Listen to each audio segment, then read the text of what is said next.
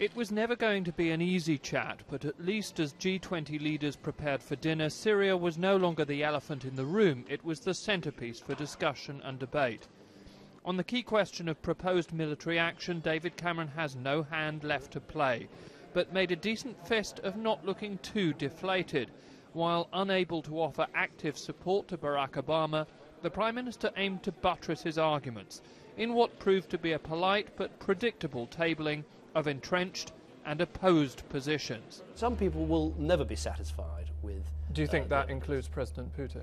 Well, I haven't yet seen any evidence that Russia will change their position at the United Nations. But the best way of doing this, of course, is to have a UN resolution, a condemnation of Syria, a backing for all necessary measures to be taken.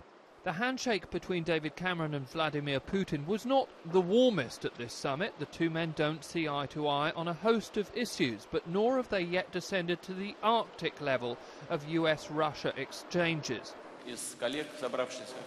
However, remarks attributed to Vladimir Putin's spokesman threatened to throw a bit of a spanner into the works.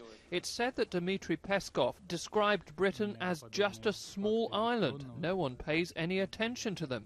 The whole story's a bit odd because one thing we know is that this remark didn't come from one of the G20 press conference halls. In fact, it wasn't made in St. Petersburg at all. It seems to have emanated from some sort of press briefing earlier on in the week that no one at the time chose to report. Anyway, it is perhaps worth pointing out that the Russian position generally about the British parliamentary vote was that it was great news because it undermined the move towards military action.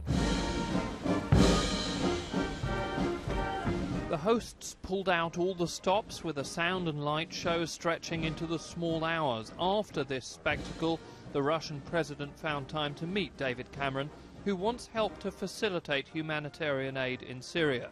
You'd hope to be able to forge agreement on such a pressing subject, but given the divisions at the top table, it might be wise not to bet on it. Joey Jones, Sky News at the G20 in St. Petersburg.